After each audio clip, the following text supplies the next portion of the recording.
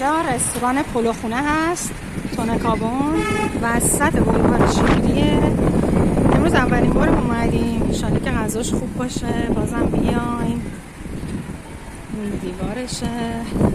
اینجا ظاهرا یه خونه قدیمی بوده، بعد بازسازیش کردن، به این شکل کردن. خیلی حسش خوبه، خیلی قشنگه. هم دختر منه که داره بازی میکنه و امیدوارم که این آهنگا رو یوتیوب برای ما فیلتر نکنه. چقدر قشنگه، چه حس خوبی داره.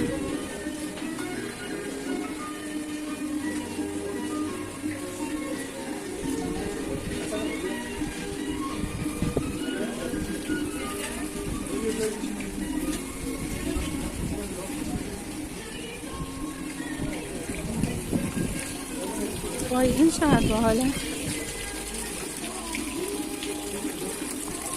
خیلی قشنگ. زیر دروازه وای خدا.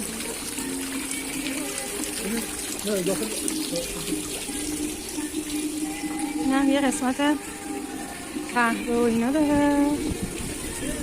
چقدر اینجا خوشگله.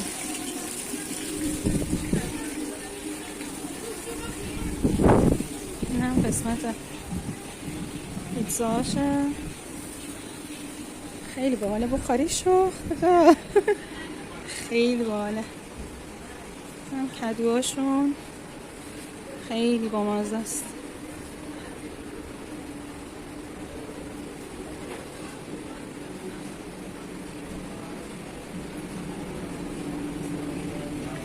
اینم که برای سرواشونه. وای خدا اینا رو خیلی باحاله.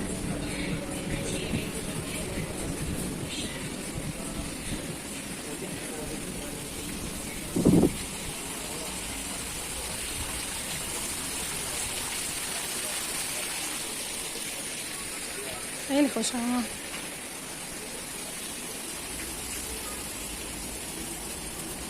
اینم لوگوشه. بالا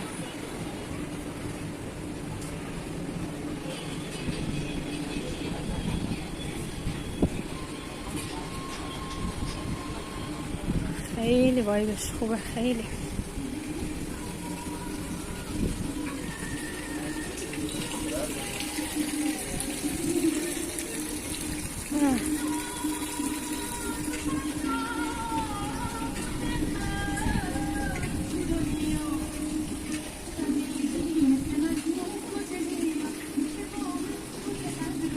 آینه ایدم